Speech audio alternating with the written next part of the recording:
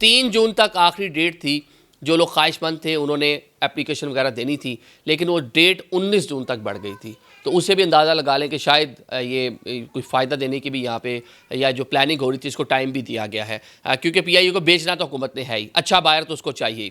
अब जनाब फौजी फर्टिलाइज़र, थोड़ी सी मैं आपको इसकी हिस्ट्री बता देता हूँ जनाब। ये मजमूई तौर पर मुख्तलिफ जो खाद, स्प्रे, केमिकल्स, फूड प्रोसेसिंग, बैंककारी, ये ऑलरेडी इस तरह के बिजनेसेस के अंदर ये इन्वॉल्व है और एक पाकिस्तान की बड़ी कंपनी कंसिडर होती है। खाद बनाने वाली तो सबसे बड़ी कंपनी है, मुनाफा बख्श कंपनी है, तो ये उसको बाय करने जा रही है। तो होपफुली ये एक अच्छी बिड भी दे देंगे।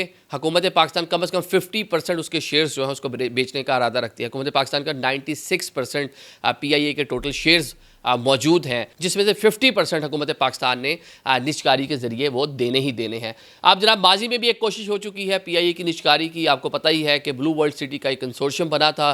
गवर्नमेंट ऑफ पाकिस्तान जो मिनिमम कीमत लगा रखी थी निजकारी कमीशन ने, पीआईए ने, वो कोई 85 अरब रुपया थी, लेकिन सिर्फ 10 अरब रुपए की ऑफ़र हुई। उसमें भी कुछ मज़ाक़ा खेज़ चीज़ें थी कि कुछ हमारे प्लॉट्स ले लें ब्लू वर्ल्ड सिटी में, कुछ इस तरह की चीज़ें, मतलब बड़े कम उसकी कीमत लगाई गई।